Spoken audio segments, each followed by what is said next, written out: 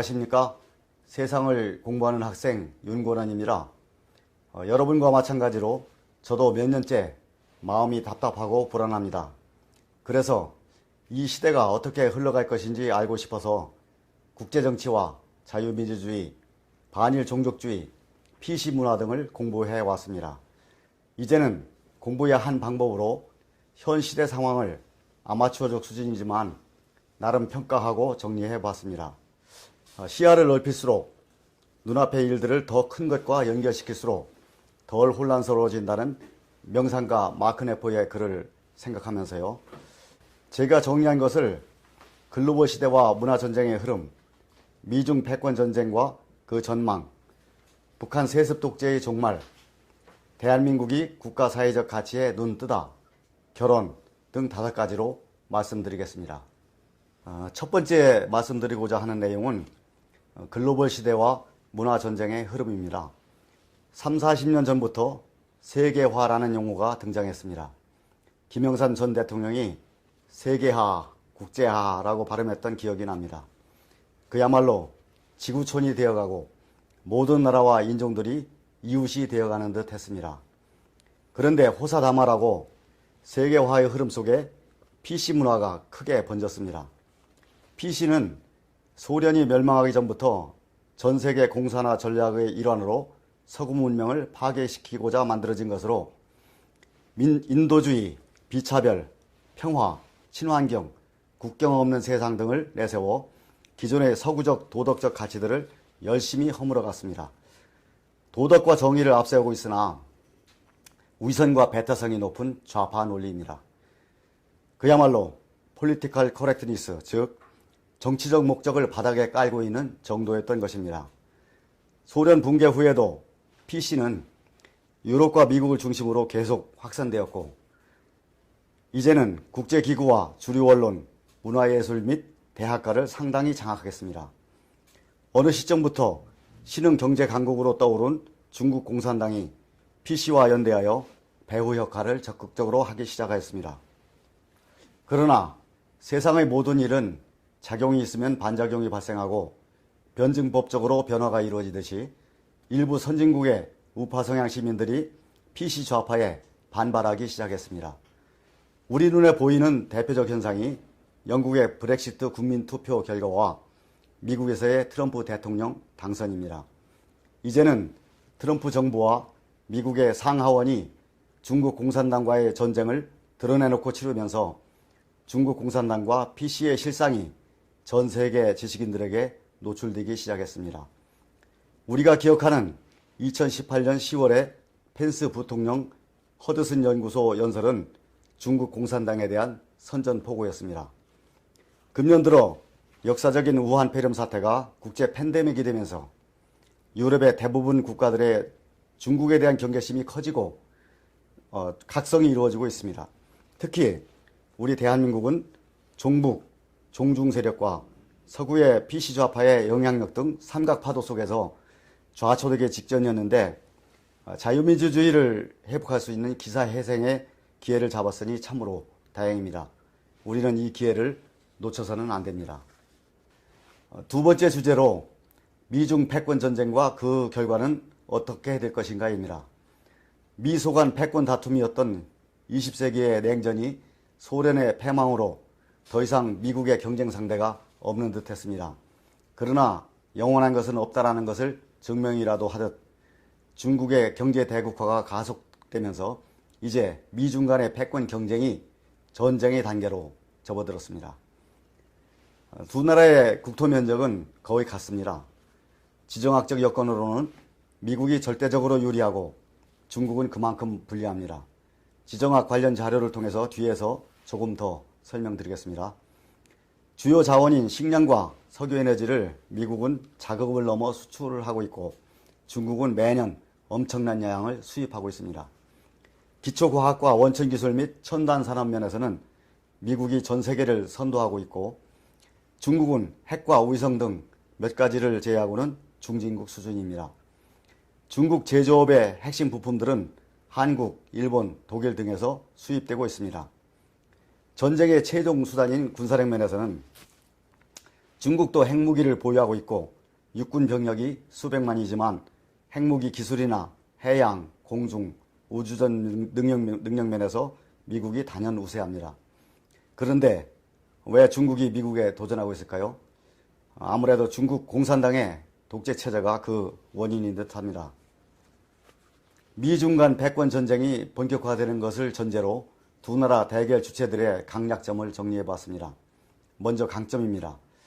중국과 중국 공산당의 강점은 중화사상 기반의 민족주의 의식을 가진 14억의 인구입니다. 그리고 공산당 기반의 시진핑 독재 체제는 신속한 의사결정과 이를 통한 자원의 집중이 용이한 강점이 있습니다. 전 세계에 퍼져 있는 화교들의 협력도 강점입니다만 중국 공산당의 민낯인 부패와 반인권 실태가 노출된 이후에도 적극 협력할까는 의문입니다. 일부 사회주의 국가들과 PC 좌파들의 협조가 현재 일부 존재하지만 지속될지 또한 의문입니다. 미국과 트럼프 정부의 강점은 미국이 20세기에 구축한 자유민주주의와 자본주의 시장 경제를 지금도 주도하고 있다는 점입니다.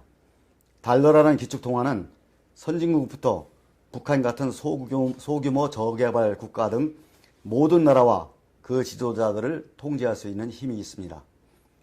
미국의 지정학적 조건은 중국 대비 너무 유리하고 식량, 석유의 자급과 높은 기초과학 산업 능력 수준은 중국을 옥죄 나갈 수 있는 주요 카드들입니다. 그리고 압도적인 해양, 공중, 우주전 능력과 동맹체제는 중국이 단기간 내에 극복할 수 없는 미국의 강점들입니다. 양국의 약점을 제 나름 선정한 것을 설명드리겠습니다. 중국은 역사적으로 구심력보다 원심력이 큰 나라입니다.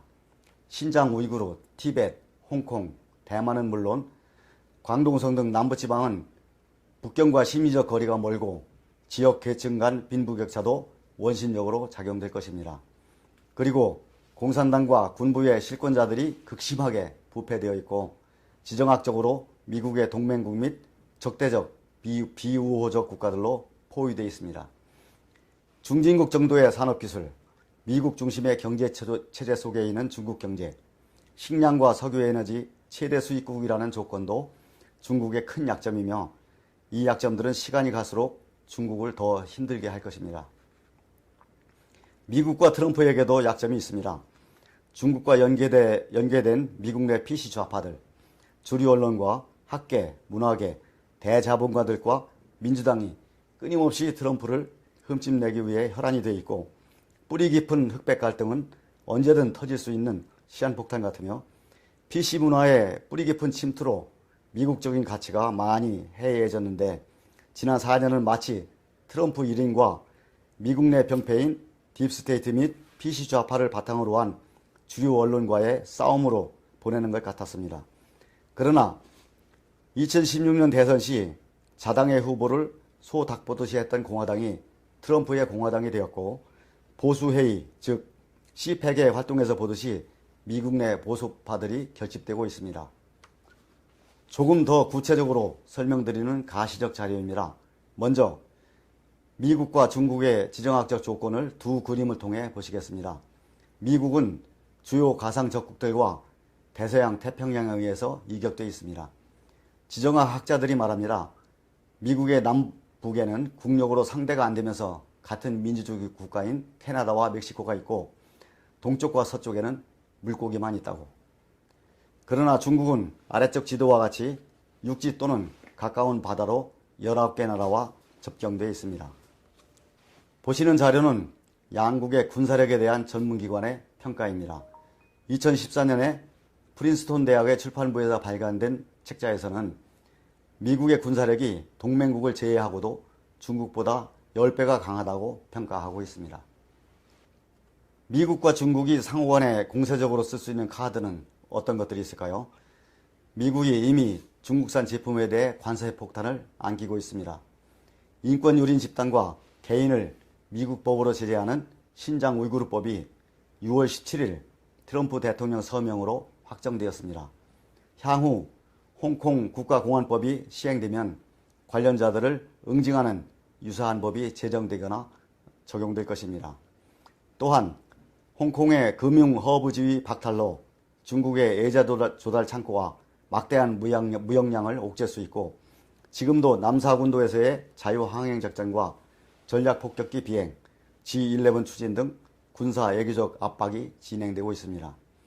이미 1대1로는 붕괴되고 있고, 중국 경제 디커플링 등 중국을 미국 중심 세계 질서 밖으로 밀어내기가 진행되고 있습니다. 중국의 기술 탈취와 SNS에 의한 사이버전 차단을 위해 중국 공산당 유학생 3,000명의 비자 취소와 기타 석박사 유학생 전원의 비자 재검토에 들어갔습니다. 중국의 유일한 동맹인 북한 떼어내기가 전략적으로 진행 중인 것으로 보이고, 화웨이의 국제세계 퇴출의 성과가 크게 나타나고 있습니다. 중국이 미국에게 쓸 수 있는 카드는 어떤 것들이 있을까요? 현재 진행형인 카드는 PC 좌파를 앞세운 트럼프 대통령 재선 방해 공작입니다. 딥스테이트, 안티파 등과 연합하고 WHO, WTO 등 국제기구에 중국이 심어놓은 우호적 인사들을 동원하여 트럼프 노선을 비판하며 미국 농산물 수입도 차단하겠다고 협박합니다. 미국 내 정관, 언론, 문화계와 소로스, 빌 게이츠 등 대자본가들과는 뇌물이나 경제적 이권을 미끼로 연합행동을 하는 것으로 보입니다. 이러한 공세 카드는 경찰의 흑인 용의자 살해 사건으로 촉발된 BLM 시위 등에서 상당한 효과를 내고 있습니다. 하지만 해킹과 여론조작, 기술 탈취는 이미 미국 쪽에서 상당한 대응책을 강구한 것으로 보이는데, 카카오의 중국 계정 17만 개를 6월에 삭제하는 조치가 있었습니다.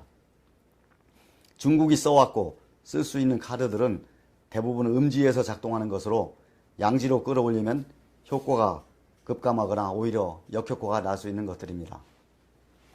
다음 장입니다. 그렇다면 미중 패권 전쟁의 결과는 어떻게 될까요? 쉽게 말하면 미소 냉전의 결과와 유사할 것으로 보입니다. 다만 그 시기가 미지수이나 중국 경제가 미국 주도 경제 질서 속에 있는 점을 감안하면 오히려 소련보다 더 빨리 주저앉을 것 같기도 합니다. 미국의 대선 결과도 변수가 되겠는데, 혹 민주당이 집권하더라도 결과는 동일할 것으로 전문가들이 전망하고 있습니다. 세 번째 주제인 북한 세습 독재의 종말이 보인다입니다. 아시다시피 김정일은 김일성 생전에 이미 권력의 중심에 있었지만, 김정은은 업적도 없고 나이도 어린 세습 독재자입니다. 김정은 집권 초기부터 누구나 오래 가지 못할 것으로 전망들을 했지만, 중국의 도움과 남한 내 종북 정권 등장으로 권력이 연장되고 있는 상태였습니다. 김정은의 최대 강점이자 약점은 핵무장입니다.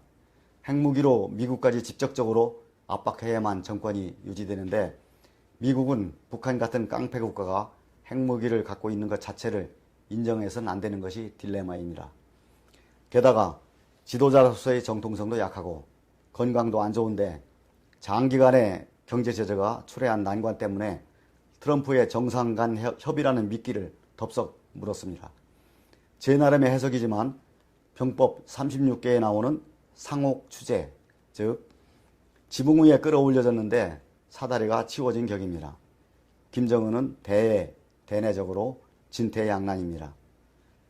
정상회의로 얻은 건 약간의 시간뿐이고, 지속된 경제 제재로 통치 자금까지 고갈되니 부패하였지만 노련한 수하 권력자들을 통제하기가 어려운 것으로 보입니다. 중국의 도움도 갈수록 어려울 전망인데, 평양 주민들에게 줄 식량, 즉 수도미도 바닥났다고 합니다. 아마도 김정은은 현 시점에서 북한의 실권자가 아닐 것 같습니다. 저는 그 이후로 금년 1월 1일 신년사 육성 발표가 없었고, 4.15 김일성 생일날 금수산 궁전 참배에서 빠졌으며, 노동신문에서 김일성의 축지법이 사실이 아니라고 장황하게 설명한 것 등을 꼽고 싶습니다. 이 세 가지는 그냥 그럴 수 있는 것들이 아닙니다. 예상대로 북한의 권력이 전환되고 있다면 권력을 이어받는 실세들이 선택할 수 있는 생존 전략은 어떤 것들이 있을까요? 첫째, 기존의 친중 노선을 고수할 수 있겠죠. 그러나 이미 미중 패권 전쟁이 본격화가 되고 있는 것을 그들도 잘 알고 있습니다. 둘째, 남한의 주사파 정권의 도움에 기대할 수 있겠는데 아마도 이 카드는 이미 버린 것 같습니다. 셋째, 미국의 핵무기와 군사기지를 내어주고 베트남식으로 개방하는 건데 이 선택은 북한 주민들에겐 최상의 선물이지만 현 실권자들에게는 미래가 불확실합니다.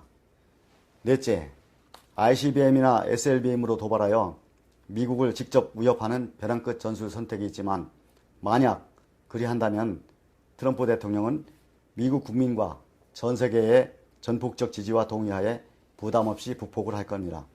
그리고 핵밀 화생 무기를 제거하겠죠. 북한 체제의 소멸입니다. 현 시대의 대한민국 내 중요한 변화 하나가 일부 국민들이 대한민국의 국가 사회적 가치에 관심을 갖기 시작했다는 겁니다. 대한민국 체제와 헌법은 사실 이승만 대통령과 미국이 준 선물입니다. 6.25를 거치면서 목숨 바쳐 지키기는 했으나 자유민주주의와 자본주의 시장경제의 가치에 대한 전 국민적인 자기화 과정은 없었다고 봅니다. 그런데 너무나 어처구니 없는 2016년 말부터의 대통령 탄핵 과정, 그 후 3번의 선거와 문재인 정부의 헌법 등 법치 파괴 행위들을 보면서 드디어 자유민주주의 가치에 대해서 말하기 시작했습니다. 그동안은 자유민주주의와 민주주의를 구분하여 말하는 사람들조차 없었죠. 한편 다행인 것은 2018년 10월에 미국의 트럼프 정부가 중국 공산당과의 인류 문화 전쟁을 선포했습니다. 줄탁 동시처럼 미중 간 이념 가치 전쟁과 국내의 자유민주주의 법치 파괴에 자극받은 정교 혐오 등 지식인들과 시민사회단체의 각성이 어우러져서 어느 순간 증폭될 수도 있을 것이라고 생각합니다. 제 공부의 수준에서 2020년 현 시대의 상황평가를 정리해 보겠습니다. 2020년은 인류 역사에 또 한 번의 전환기로 기록될 것 같습니다. 1989년 12월 소련을 비롯한 공산주의 국가들과 경제 체제가 붕괴됐다면 2020년은 소련이 국제 공산화 전략의 일환으로 뿌려놓았고 30년 이상 자유민주주의 사회와 자본주의에 기생해온 PC 문화 세력, 그리고 중국 공산당을 전 세계 자유민주주의 선진국들이 연합하여 와해시키는 원년이 될 것으로 사료됩니다. 또 반드시 그렇게 되기를 강력히 희망합니다. 끝까지 들어주셔서 감사합니다.